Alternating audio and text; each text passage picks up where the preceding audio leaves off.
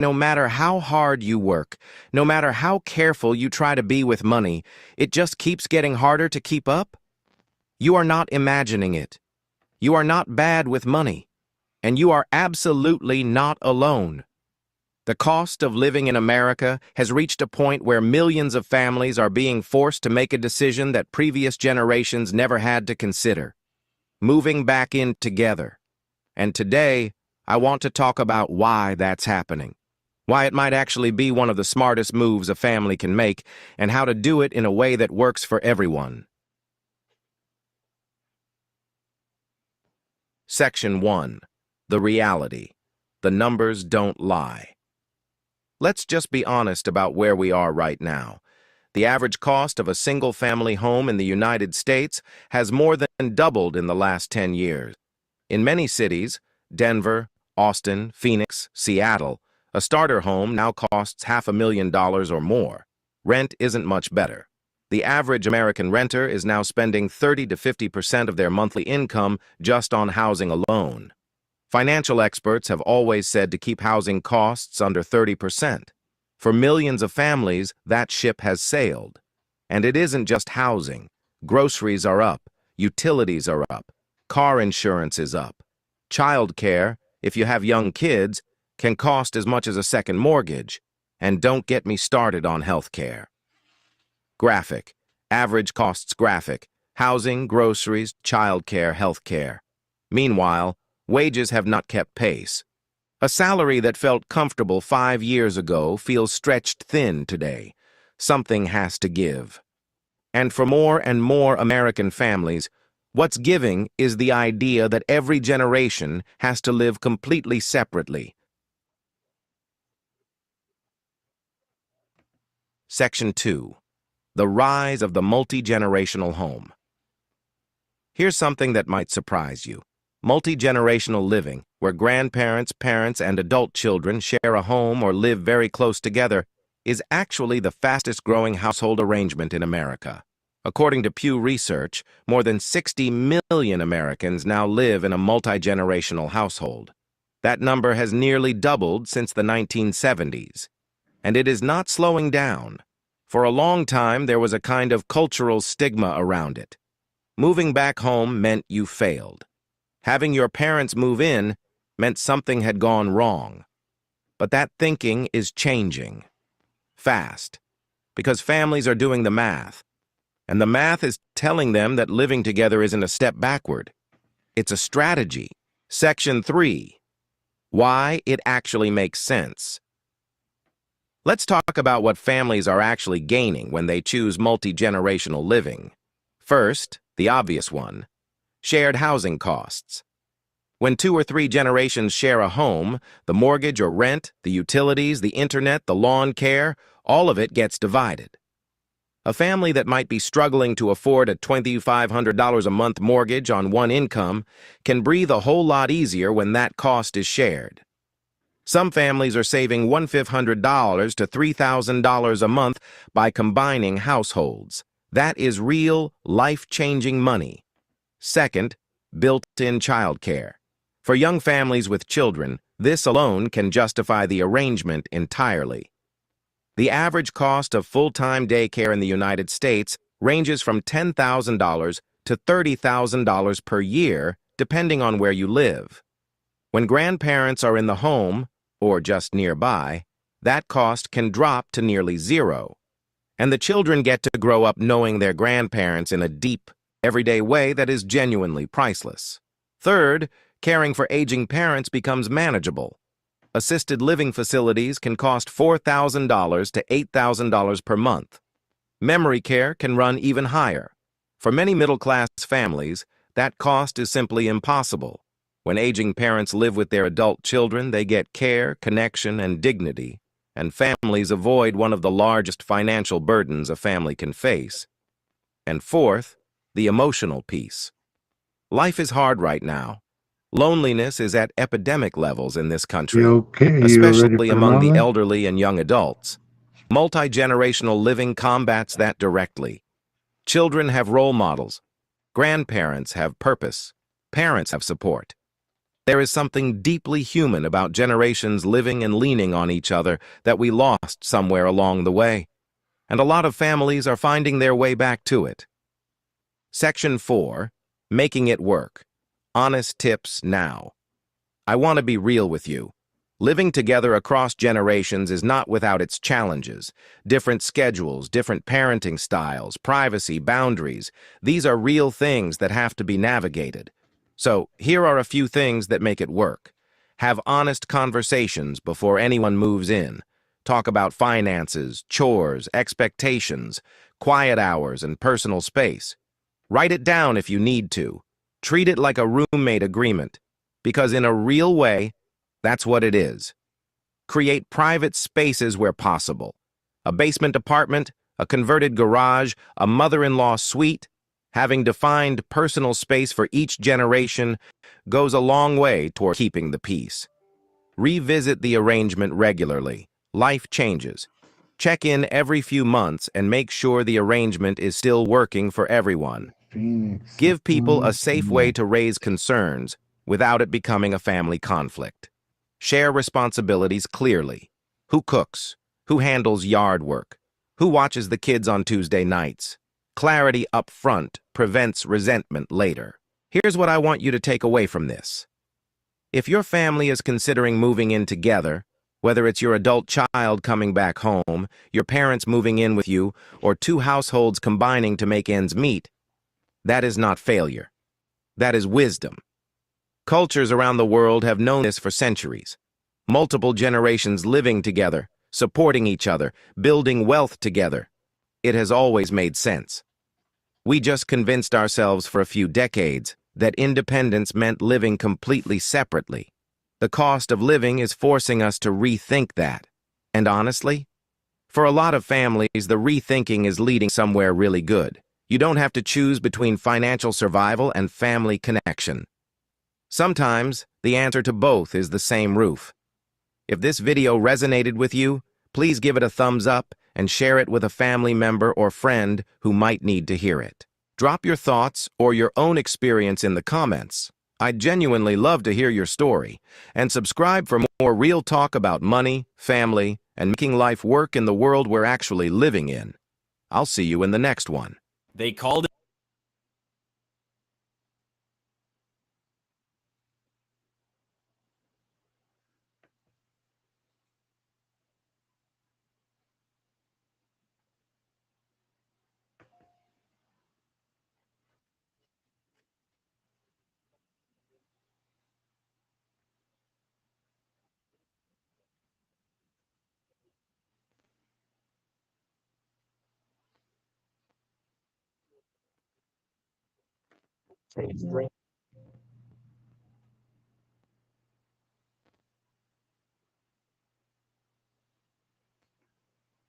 This conference is being recorded. Okay, hello everyone. Today is second. This teleconference training seminar is designed for training purposes only. You need to understand that I am not an attorney, neither is Sharon, and we cannot provide any type of legal advice. This is today's. Lazy. It's actually genius. This is from 2008. Every older generation has a word for the younger one, lazy, entitled soft. Right now, that word is aimed at Gen Z. But what if they're not lazy? What if they just did the math and didn't like what they found? Gen Z didn't grow up in a stable world. They were children during the 2008 financial collapse. They watched parents get laid off from jobs they gave everything to. They graduated into a pandemic that shut the entire economy down overnight. They entered the workforce during the highest inflation in 40 years. They did everything right and still couldn't afford to move out. These are not people who don't understand hard work. These are people who watched hard work fail the people they loved most, and they took notes. There used to be a deal. You give the company your loyalty, your nights, your weekends, your health, your best years, and the company takes care of you. Pension, stability, a gold watch at the end. That deal has been dead for 30 years. Companies gutted pensions, replaced full-time workers with contractors, eliminated benefits to hit quarterly target. laid off thousands. The same week they announced record profits. The deal was broken by the companies, but somehow the workers got the blame for not honoring it anymore. So Gen Z looked at that deal and said, no thank you. Not because they're lazy, because they're rational. They work their hours and they leave. They don't volunteer their soul for a bonus that may never come. They don't skip vacations to prove loyalty to a company that will eliminate their position in the next restructuring without a second thought. Instead, they invest that energy somewhere else, in their own skills, in side businesses, in their health and their relationships and their actual lives. They job hop strategically, and because staying loyal to one company no longer builds wealth, it limits it. They negotiate harder at hiring because they know the first offer is never the real offer. They talk openly about salaries because they figured out that secrecy only benefits the employer. This isn't laziness. This is the most rational response to a system that stopped rewarding loyalty decades ago. Think about what they grew up watching. Dad working 60 hours a week and still getting laid off at 52. Mom skipping doctor appointments because she couldn't afford to miss a shift. Parents who did everything right, saved, stayed loyal, believed in the system, and still ended up house poor, retirement poor, and too tired to enjoy the years they had left. Gen Z saw that movie. They know how it ends, and they are quietly, deliberately refusing to be in the sequel. Every generation adapts to the world they actually live in, not the one their parents described. Gen Z isn't checking out, they're recalibrating. They're asking a question that honestly, more people should have asked a long time ago. If the company would replace me tomorrow without losing sleep, why am I losing sleep for them tonight? That's not laziness, that's self-respect, and it took a whole generation of broken promises to teach it. Follow for more. Share this with someone who still eats lunch at their desk. Efficiency. When a company announces they're focused on efficiency, pop the champagne if you're a shareholder. Start updating your resume if you're an employee, because efficiency has never, not once in the history of American business, meant that workers were going to get more. It means they're going to need fewer of you. Efficiency is a beautiful word. Clean, neutral, mathematical. It sounds like progress. It sounds like a better mousetrap. It doesn't sound like a pink slip, but that's exactly what it is, dressed up in the language of optimization.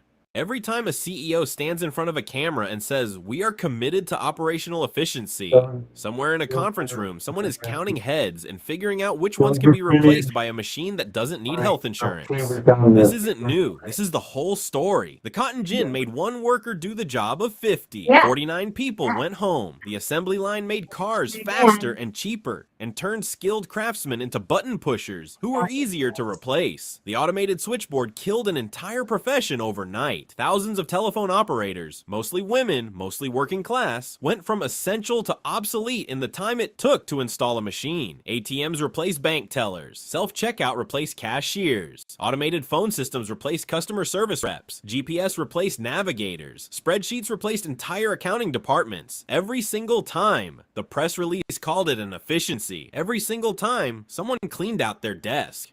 Now here's the part they always say next. Yes, but new technology creates new jobs. And sometimes that's even true. The automobile killed the horse and buggy industry and created mechanics, road builders, and gas stations. The internet killed the travel agent and created web developers and digital marketers. So yes, some doors open, but here's what they leave out. The new jobs require different skills, in different cities, paying different wages. The 50-year-old textile worker in North Carolina whose mill just installed automated looms was not going to become a software engineer in Austin. That door opened for someone else's kid, not for her.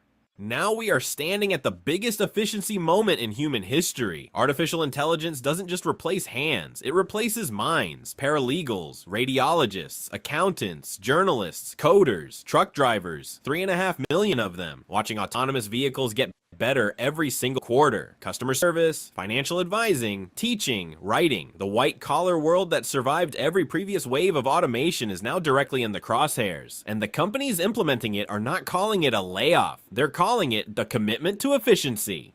Nobody is against progress. Nobody wants to go back to doing math by hand or sorting mail by zip code. But we have never, as a society, seriously asked the question, when the machine takes the job, where does the person go? We just called it efficient and moved on to the next quarter. The machine doesn't spend money in your town. The machine doesn't coach Little League. The machine doesn't need the diner on Main Street to stay open. But the worker did, and the worker is gone. Follow for more. Share this before the algorithm writes it for us. A story in a surreal style. Swipe now, regret later. There's a box in your closet, maybe a drawer in your kitchen, full of things you bought and barely used. You didn't plan to buy them. You didn't really need them. But it was so easy to say yes. That ease was engineered. Before credit cards, buying something you couldn't afford meant one thing. You waited. You saved. You put it on layaway and picked it up 3 months later when it was paid for. That gap between wanting something and owning it was actually doing something important. It was giving you time to change your mind. Cash is finite.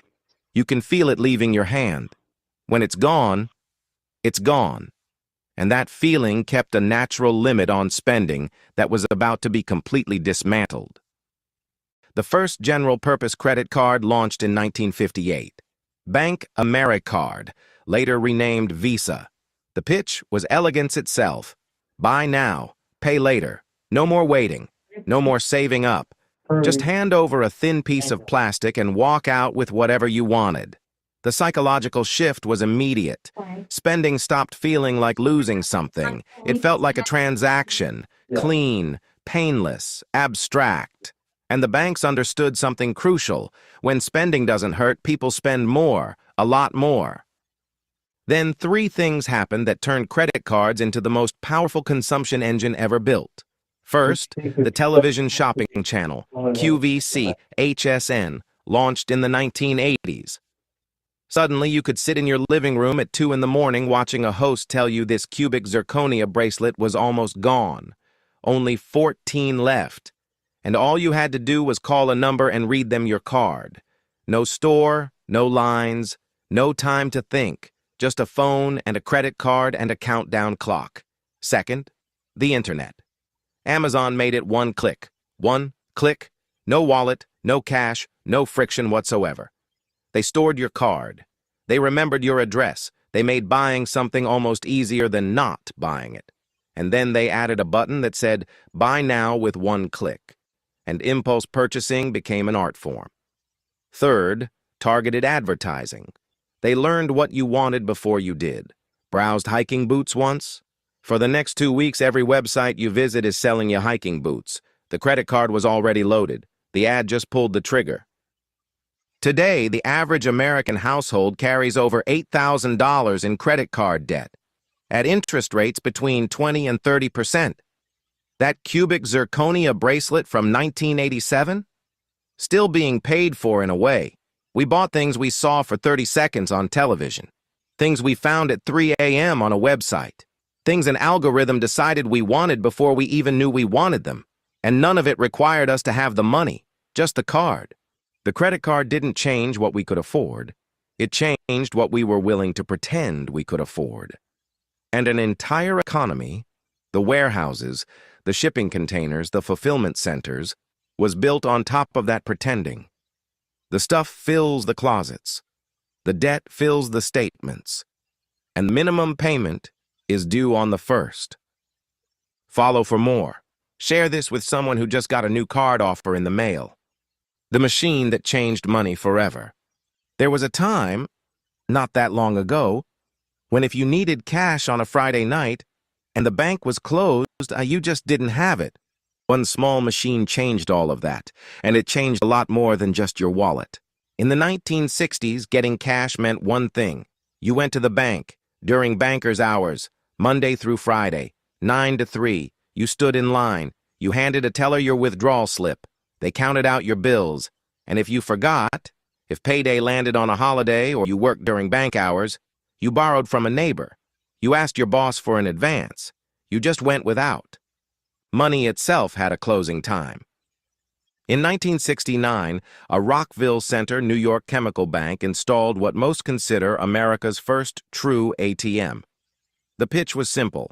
Our bank never closes. At first, people didn't trust it. Putting your card into a machine and trusting it to hand you real money felt like science fiction, but then it worked. And then there was one on every corner. By the 1980s, ATMs were everywhere. Gas stations, grocery stores, airport terminals. Cash was no longer tied to a building with a lock on the door. For the first time in history, money was available anytime, anywhere, to anyone with a card. And here's what that actually did to the economy. Spending went up, immediately. When cash is inconvenient, people think twice. They wait. They reconsider. When cash is available at 11 p.m. on a Saturday, impulse wins. Bars stayed open later because people could actually pay. Convenience stores boomed.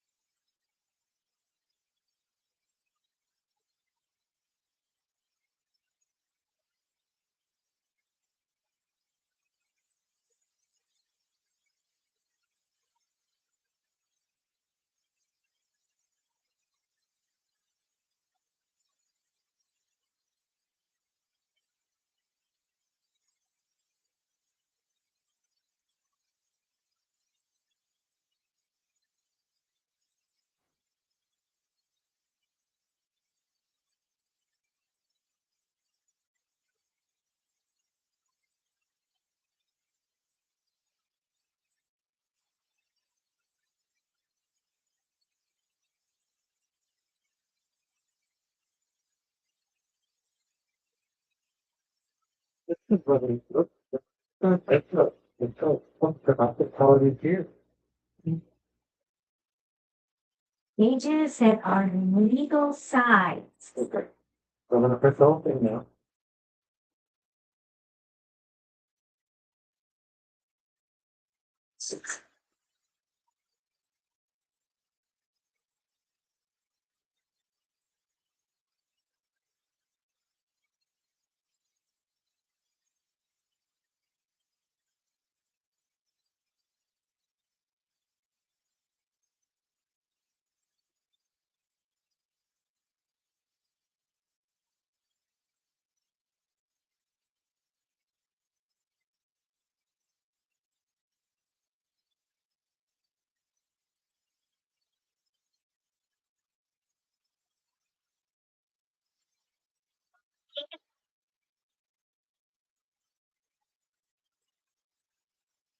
We're still considering electric box on that. Camping. What things do you think could be legal? Probably the second to the left.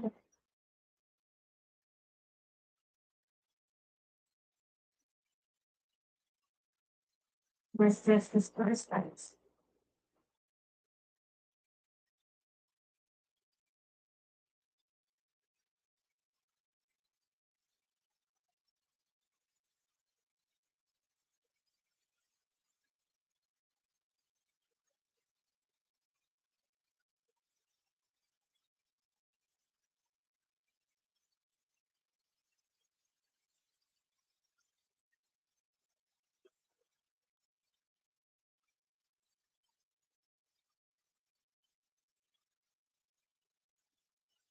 Get in, print out.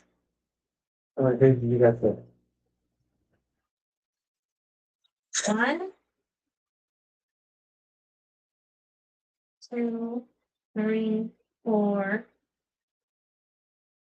5, 6, 7, 8, 9. There's supposed to be 11.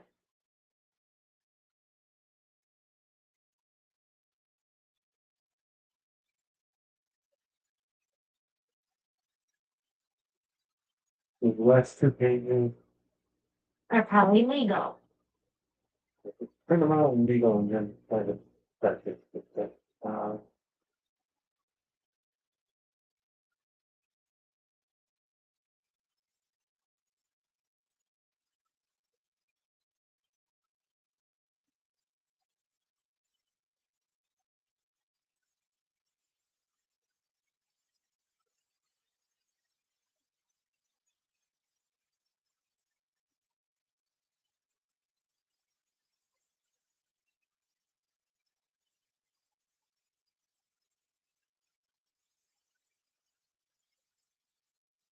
I took it off of PDF, I said print actual size, I don't know if that's the.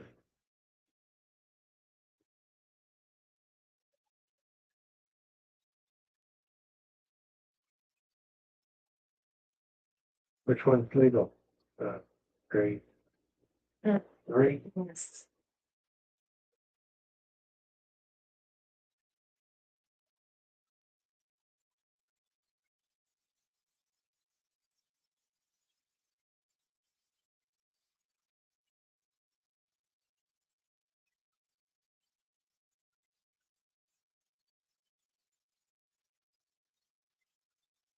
Else is mine. That was probably from the other, yeah, right? Those are the fully legal on the letter.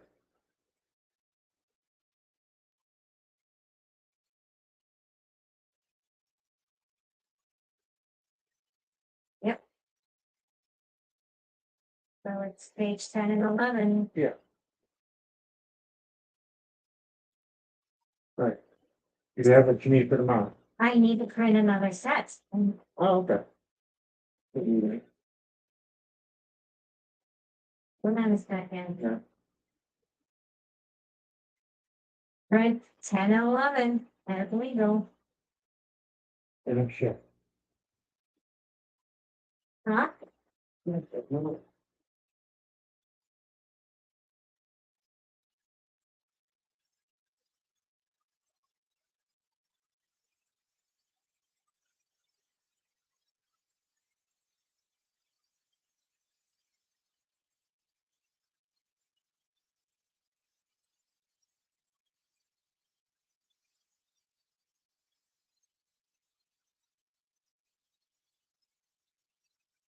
It should not be.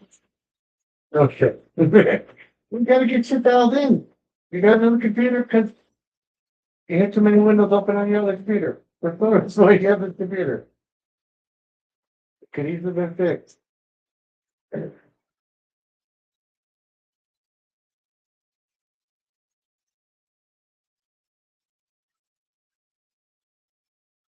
Now, how are you printing all of those and then printing the last two? Are you doing them separately? I'm doing them separate, but it didn't turn out. All right, then go to the print. Okay, I've got all of this. I've got like 10 sets here. So you just need 10 and 11. Yes, There you go. that's what I told you. Okay. Yes, I did. I said print 10 and 11.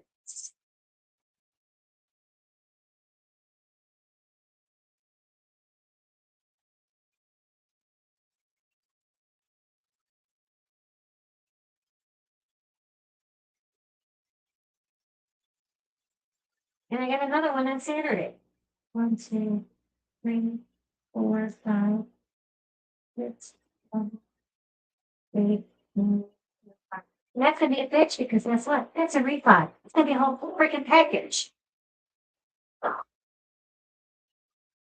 What we're gonna do is we're gonna have to put the old computer up and see what the settings are versus how they were and see where we're at. We-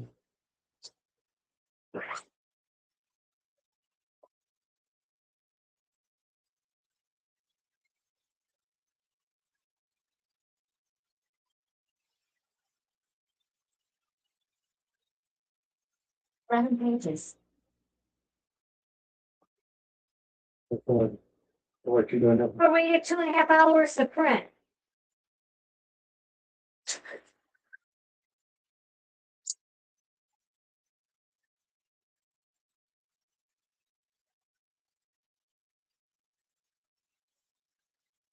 Give me those shipping labels.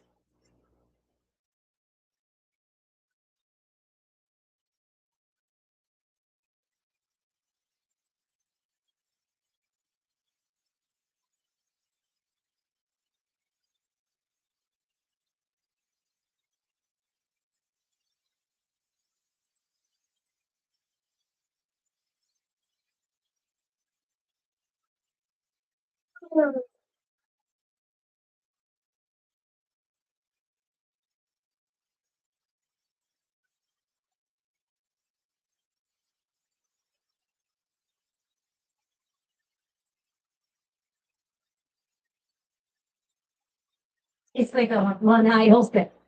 Whichever I look at it, she's got one eye. Looking at her. Yes.